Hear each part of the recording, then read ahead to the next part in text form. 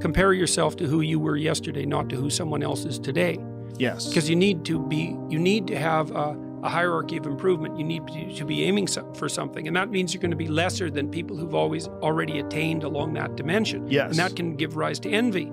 So the question is, who should you defeat in the final analysis? And the answer is, you should defeat your former self. You should be constantly trying to do that. And you're the right control for yourself too, because you're the one who's had all your advantages and disadvantages. And so if you want to compete fairly with someone, then you should be competing with you. That decision cost me everything I had.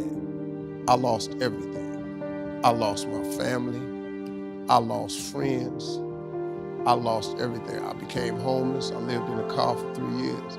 But I just saw this vision. I just pursued it. I said, wow, that's it. I don't know what your future is, but if you're willing to take the harder way, the more complicated one, the one with more failures at first than successes, the one that has ultimately proven to have more meaning, more victory, more glory, then you will not regret it. Now, this is your time.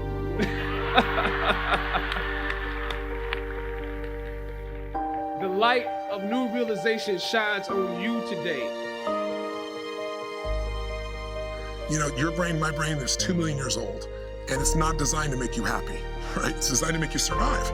Happiness is your job. The brain's not going to do that. The brain is always looking for what's wrong and have a fight or a flight for that, right? It's survival.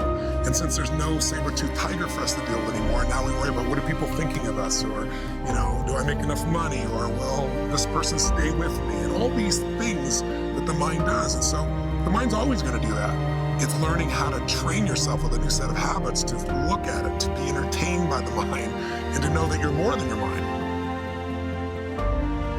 If your job is to try to be the best basketball player you can be, to do that, you have to practice, you have to train. So if you get up at 10 in the morning, train at 12, train for 2 hours, 12 to 2, you have to let your body recover. So you eat, recover, you get back out, you train, start training again at 6. Train from 6 to 8.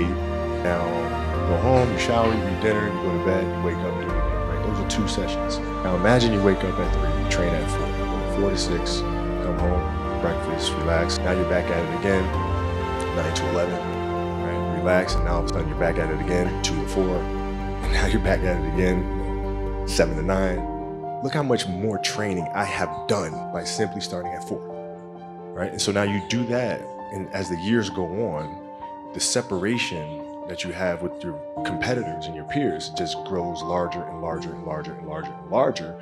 And by year 5 or 6, doesn't matter what kind of work they do in the summer, they're never going to catch up. You know, the book that I'm working on now is all about the mental approach that you have with life, and people not understanding that your biggest enemy is you. My whole book is about you battling yourself. People don't understand it's you against you. The only person that gets in your way is you. Nobody else. It's you. For the past 33 years, I've looked in the mirror every morning and asked myself, if today were the last day of my life, would I want to do what I am about to do today?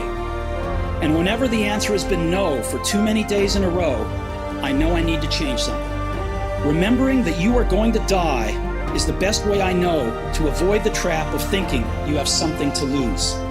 You are already naked. There is no reason not to follow your heart.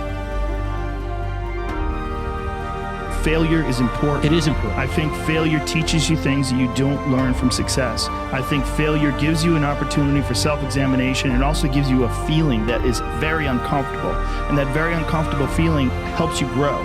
That when you feel like shit, you screw something up. Like when I've had bad podcasts, my podcast has always gotten better afterwards. When I've had bad stand-up sets, I've always gotten better after that, because those bad sets motivate you. They give you a perspective like, hey, here's some clear examples of where you fucked up. And don't look at these failures as like proof that you suck. Look at them as opportunities for growth. Look at them as opportunities to be motivated to do better.